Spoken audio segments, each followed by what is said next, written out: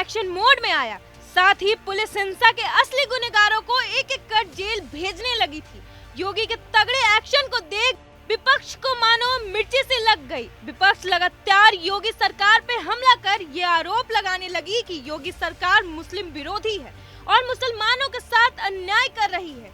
इसी कड़ी में आजाद समाज पार्टी काशीराम के अध्यक्ष और सांसद चंद्रशेखर आजाद का बयान भी सामने आया है। संसद में बजट सत्र के दौरान संभल के मुसलमानों के हमदर्द बने दिखे।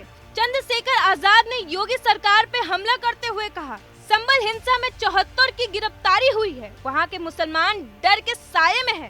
सरकार बेगुनाहों को गिरफ्तार ना करे। चंद्रशेखर आजाद ने योगी सरकार को घेरने और साथ ही अपने राजनीति रोटी सेकने के चक्कर में देश के कानून और संविधान को सही और गलत के तराजू में तोल दिया। ऐसे में अब ये बड़ा सवाल उठ रहा है कि हिंसा के आरोपी को सजा देना अगर मुसलमानों पे अत्याचार करना है तो सही क्या है। चंद्रशेखर आजाद सिर्फ अपने राजनीति फायदे को देखने के चक्कर में गुनहगारों को बेगुनाह साबित करने में लगे हुए हैं। वहीं इस हिंसा में शामिल आरोपियों की जमानत अर्जियों में अब तक 2 महिलाओं समेत 15 की जमानत खारिज कर दी जाने के बाद 4 फरवरी को 2 आरोपियों की जमानत पर सुनवाई की गई। इनकी भी जमानत अर्जी खारिज कर दी गई। बीते 31 जनवरी को जिन 3 आरोपियों की जमानत प्रार्थना पत्रों पर सुनवाई होनी थी, उनमें से एक ने तो अपनी अर्जी वापस ले ली थी, जबकि अन्य 2 आरोपियों के अधिवक्ता द्वारा स्थगन ले लिया गया था। अभी 25 आरोपी की जमानत अर्जियों पर सुनवाई होनी है। अब तक संभल हिंसा में 17 आरोपी की जमानत अर्जी खारिज की जा चुकी है। संभल हिंसा में शामिल नखासा एवं संभल थाना क्षेत्र के 42 आरोपियों की ओर से जमानत प्रार्थना पत्र अदालत में दिए गए थे।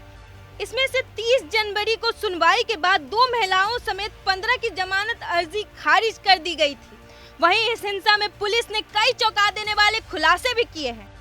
जामा मस्जिद सर्वे के दौरान हुई बवाल में सारिक साठा गिरोह पर बड़ी साजिश रचने की बात कही जा रही है। इसी के चलते पुलिस की कई टीमें साठा गिरोह के सदस्यों की तलाश में जुटी है। पुलिस साठा गिरोह के 2 सदस्यों को गिरफ्तार कर जेल भेज चुकी है। पुलिस का कहना है कि दोनों ही आरोपियों ने 4 लोगों की हत्या की थी। पुलिस को पूछताछ में आरोपियों ने यह भी जानकारी दी थी कि बवाल में कौन कौन शामिल था। संभल कोतवाली पुलिस सारिक साठा गिरोह के सदस्य मुल्ला अफरोज और वारिस को जेल भेज चुकी है। इन दोनों ने ही पुलिस को पूछताछ में कई चौंका देने वाले खुलासे किए हैं। पाकिस्तान और डी कंपनी कनेक्शन को भी लेकर कई हैरान कर देने वाले खुलासे किए। उसी जानकारी के आधार पर पुलिस तलाश में जुटी है। संभल की जामा मस्जिद को हरियन मंदिर होने का दावा पेश किए जाने के बाद पहले 19 नवंबर और दोबारा 24 नवंबर को जामा मस्जिद का सर्वे किया गया था। इसी दौरान हिंसा भड़क गई और जम के पथराव, आगजनी, तोड़फोड़ और फायरिंग की गई।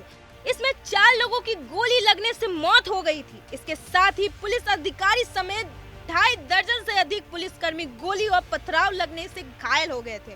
पुलिस की ओर से हिंसा में शामिल 37 लोगों को नामजद करते हुए 3750 अज्ञात के खिलाफ मुकदमा दर्ज करवाया गया था। इसमें से अब तक 75 लोगों को गिरफ्तार कर न्यायालय के माध्यम से जेल भेजा जा चुका है। ये योगी राज है साहब। अगर किसी ने भी यूपी में हिंसा फैलाने की कोशिश की तो उसे बाबा के हंटर का सामना करना पड़ सकता है।